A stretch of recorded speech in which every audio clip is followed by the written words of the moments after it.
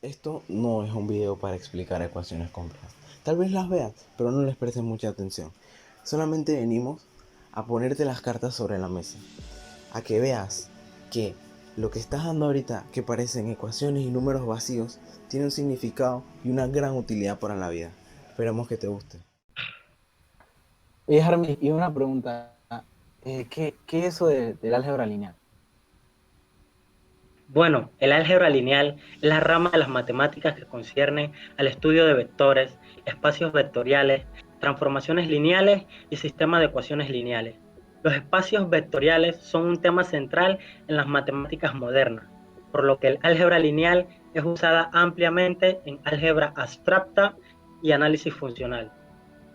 Pero, ¿y eso como que para qué me funciona? ¿Para qué sirve? Pues es bastante sencillo. Las aplicaciones del álgebra lineal en la ciencia, la ingeniería, en la vida cotidiana son numerosas, ya que la solución de muchos problemas en la física, ingeniería, química, biomédica, gráfica computarizada, procesamiento de imágenes, requieren de herramientas o métodos dados por el álgebra lineal. El álgebra lo puedes utilizar para todo, no solo usarla, sino plantear los problemas algebraicamente partiendo de datos conocidos. Pero, espérate. Es que todavía no entiendo muy bien para qué sirve. ¿Me puedes dar un ejemplo? Por supuesto, por ejemplo, en un viaje tienes un origen y un destino. Sí. Conoces la distancia. Con esto puedes sacar el tiempo en que tomará llegar al destino. O puedes sacar a qué velocidad debes de viajar para llegar en un tiempo fijo. Y te voy a dar otro ejemplo. Cuando compras un caramelo en la tienda de 10 centavos y pagas con una moneda de 25 centavos, en el instante de recibir los 15 centavos devueltos, se usó las matemáticas para determinar cuánto es lo que sobra.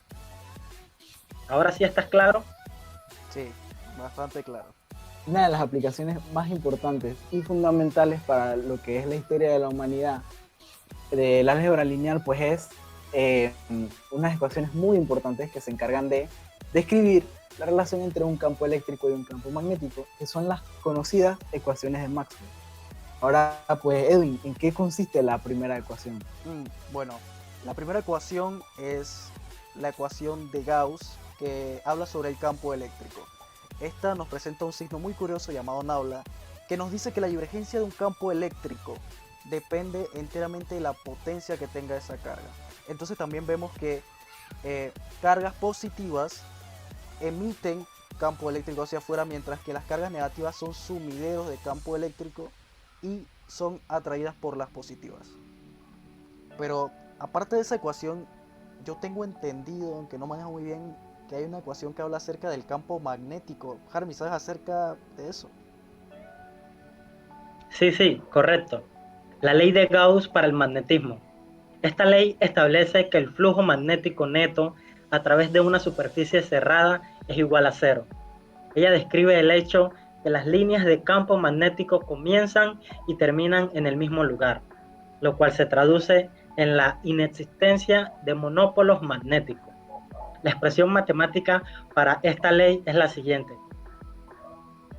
Pero dicho de otra forma, si en un campo magnético consideramos una superficie geométrica cerrada, el flujo magnético que la atraviesa es siempre igual a cero.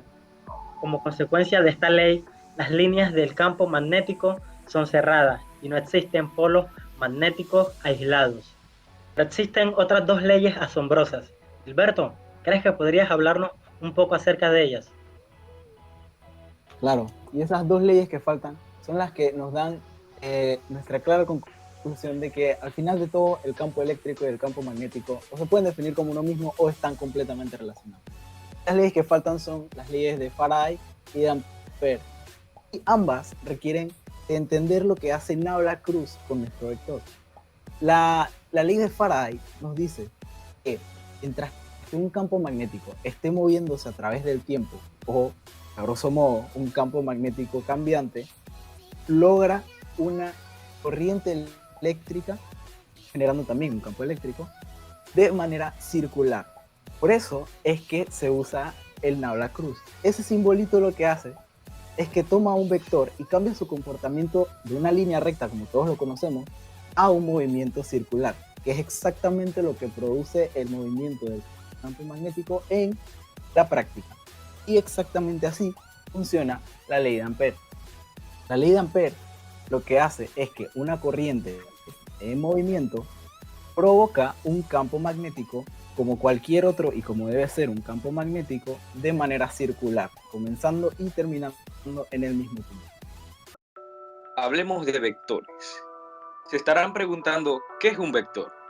Pues en física llamamos vector a un segmento de recta en el espacio que parte de un punto hacia otro, ya sea de un punto A hacia un punto B. Esto conlleva a que tengan una dirección y un sentido. Los vectores en la física tienen por función expresar las llamadas magnitudes vectoriales. Estos vectores se representan gráficamente con una flecha. Asimismo, cuando se deben expresar en una fórmula, se representan con una letra coronada por una flecha. Como podemos ver en el ejemplo, tenemos una V que indicaría nuestro vector.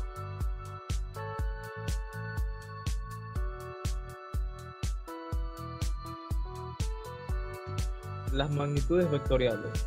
Estas magnitudes, además de representarse con un número y una unidad, estas necesitan ser representadas en el espacio con una dirección y sentido.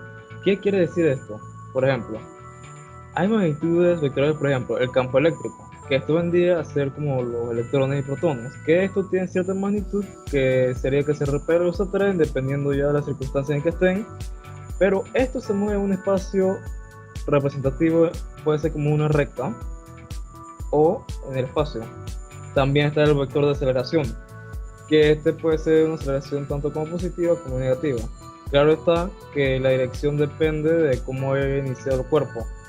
Y también así existen otras magnitudes vectoriales, por ejemplo el desplazamiento, velocidad y la fuerza. Ahora, se preguntarán por qué estamos grabando aquí. Ok, les explicaré. Lo que estamos viendo es un programa que se llama Adobe Illustrator.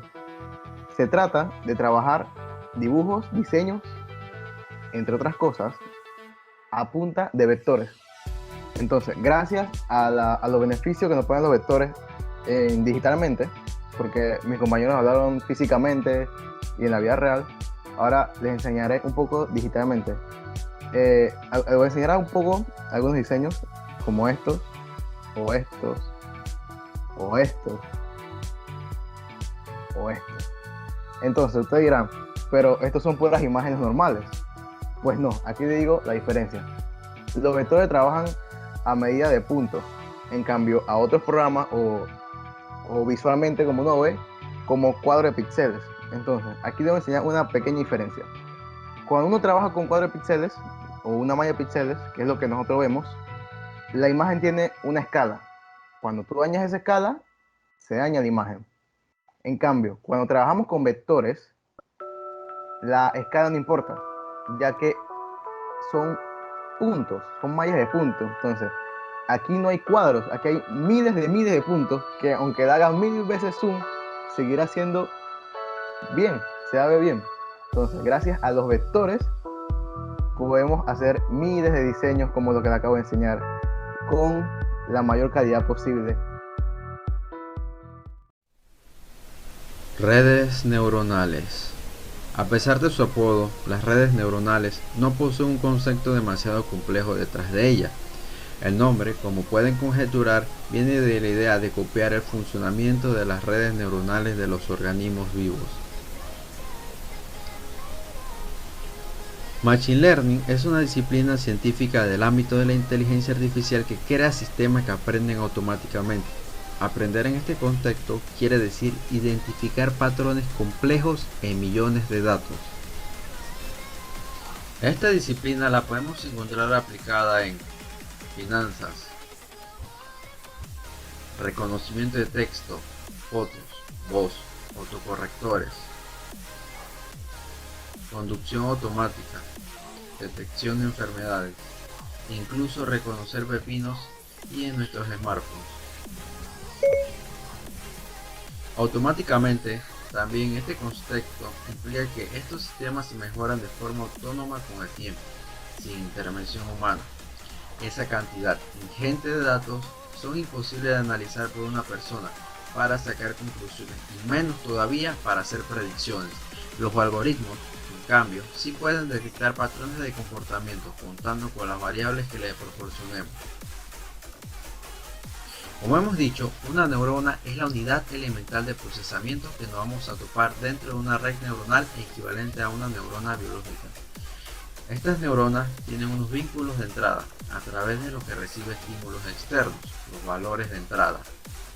Con estos valores, la neurona ejecuta un cálculo interno y crea un valor de salida. Vamos, que la neurona simplemente es una función matemática. Internamente, la neurona utiliza todos los valores de entrada para realizar una suma ponderada. Creemos un modelo simple. Podríamos hallar el precio medio de una vivienda y el número medio de habitaciones por hogar. Según los datos, en una vivienda de 6 habitaciones el precio es de $20.000. Ahora, para 8 habitaciones el precio es cercano a $36.000. Y por último, para 7 habitaciones el precio cercano sería de unos $39.000. Poco a poco seguiremos completando la gráfica con más valores y nos damos cuenta de que existe una relación directa entre el número de habitaciones y el valor de la vivienda. Es un poco obvio, es evidente que a mayor habitaciones, pues mayor el precio. Viendo las gráficas, trazamos una línea de tendencia y pues sale esto. Si nos damos cuenta de lo que acaba de hacer es un modelo.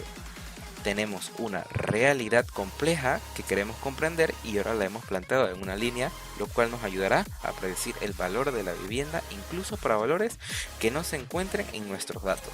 Como si estuviéramos en un hotel con 6.5 habitaciones, ahora podemos predecir un valor cercano a los $25.000. Prácticamente hemos hecho un modelo de regresión lineal simple. Matemáticamente, en un espacio bidimensional una recta se define de esta manera. Por un lado tenemos el término independiente, que nos dice a qué altura la recta corta el eje, y por otro lado tenemos la pendiente, que descriptivamente define la inclinación de la recta y conceptualmente cuál es la relación entre la variable de entrada x y la variable de salida y. Esta sería la estructura en el caso del modelo de regresión lineal simple, donde solo tenemos una única variable de entrada. Sin embargo, la realidad nos muestra que es mucho más difícil de lo esperado y que puede estar afectado por otros valores diferentes como el valor medio de la vivienda. Esta está relacionada con el número de habitaciones, pero también con el grado de criminalidad del barrio o la cercanía de los centros de negocios. Si metemos estas variables en el modelo, estaríamos con un modelo de regresión lineal múltiple, parecido al simple, pero con más variables. En este caso, 2 más. Nuestra ecuación sería esta. Y no nos importaría mucho los datos bidimensionales, sino mejor el plano que se ajusta a los datos tridimensionales. Si anexamos más variables, estaríamos manejando con hiperplanos en el espacio multidimensional. Cada una de las afirmaciones anteriores representa una característica de la realidad. La forma más cómoda de representar esta combinación lineal de variables para cada uno de nuestros datos sería de una forma vectorial. En vez de tener muchas ecuaciones, podemos crear una matriz en la que cada columna representará una característica de nuestros datos de entrada, como número de habitaciones, grados de criminalidad, precio, etc. Y cada fila de esta columna representará cada una de las mediciones que tenemos en nuestro conjunto de datos. Esa sería nuestra matriz X. Igualmente, en cada una de las ecuaciones, pues tenemos una variable Y, que es la que queremos modelar. Si juntamos todas ellas, para formar un vector de elementos que llamaremos Y mayúscula, y haremos lo mismo con las otras variables, para generar un vector de parámetros. Si hacemos esto, reducimos nuestras ecuaciones a una simple ecuación vectorial. Y pues como no, podemos continuar con los ejemplos, obviamente. En este caso tenemos una generación de carritos que intentan salir de un laberinto. Y pues arriba a la derecha podemos ver los enlaces neuronales que tienen a medida que van aprendiendo y avanzando generaciones.